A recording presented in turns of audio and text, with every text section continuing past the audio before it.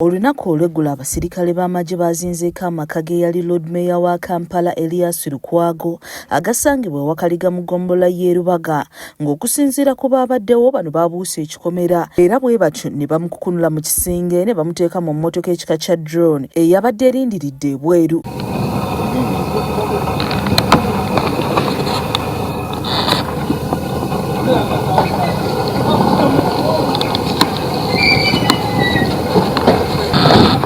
Oluvannyuma lw'akaseera omuduumizi w'amagye nga ye mutabani w'omukulembeze w'eggwanga General Muhoozi Kainerugaba ng'ayita ku mutimbagano yategeezezza nga bwe yakutte Lukwago ng'aliko ekifo mwe yamukuumidde. Kigambibwa nti Lukwago aliko ekibaluwa kye bakuntumye kye yabadde agenda okuwa Muhoozi oluvannyuma lw'omusango ogwaloopebwa Dr. Kizza Besigye nga guno gwekuusa kutyoboola eddembe ly'obuntu okulina okwagala okumutta. Ono yavuddeyo n'alabula omuntu yenna anaagezaako okwepampalika nti amuweereza ebbaluwa za kkooti nga bagenda okumukolako mu ngeri y'emu Lukwago bwe yakoleddwako. Mu bamu ku baayise mu kulabulwa kuno kwe kuli bannamateeka omuli Medard Lubega Sseggona, Martha Karua, Osane abadde omubaka wa munisipaali y'Ekira Ibrahim Ssemujjuŋŋanda. Kati olwaleero Ibrahim Ssemujjuŋŋanda ne Sseggona bavuddemu omwasi ku mbeera gye bayitamu oluvannyuma lw'okusongebwamu olunwe nga bwe batunuuliddwa okuddako mu kulabula ka General Muhoozi Kainerugaba kwe yayisizza ku mukutu gwe ogwa X. Banoonya bannamateeka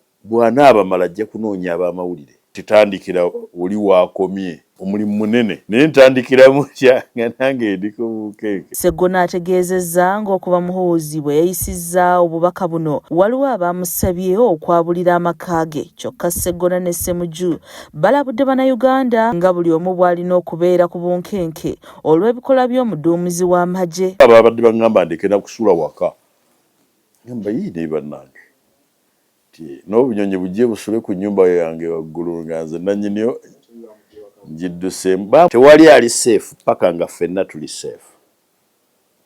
Siyinza buteeraliikirira ani atafaayo ku bulamu bwe naddala ng'omuntu buli kikoolwa ekyambyone kyasuubiza atuukiriza.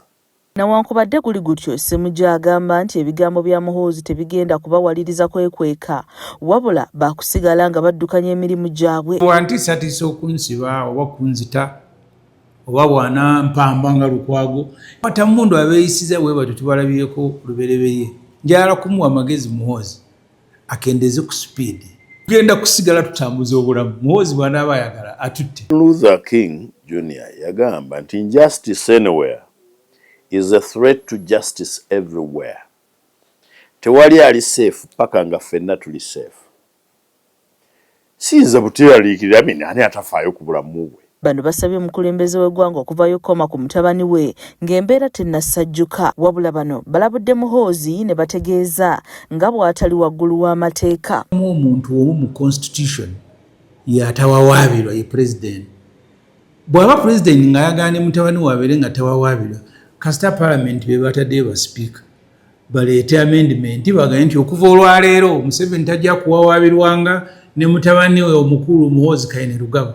Ekiggwanga likimanyi. Bano era baliko amagezi ge bamuwadde naddala mu bikolwa bye ne ku ngeri gy'akozesaamu omutimbagano. Kati ekitunuuliddwa kwe kulaba oba Muhoozi anaakyusa mu nkola ye oba ne bano baakuloza ku bukambwe nga bw'azze akola abalala. Yamba eggwanga naye naawe weeyambiremu kubanga kino kiswaza ffenna. Bino ebikolwa ng'oggyeko okulumya biswaza ffenna. Ensi etusekerera.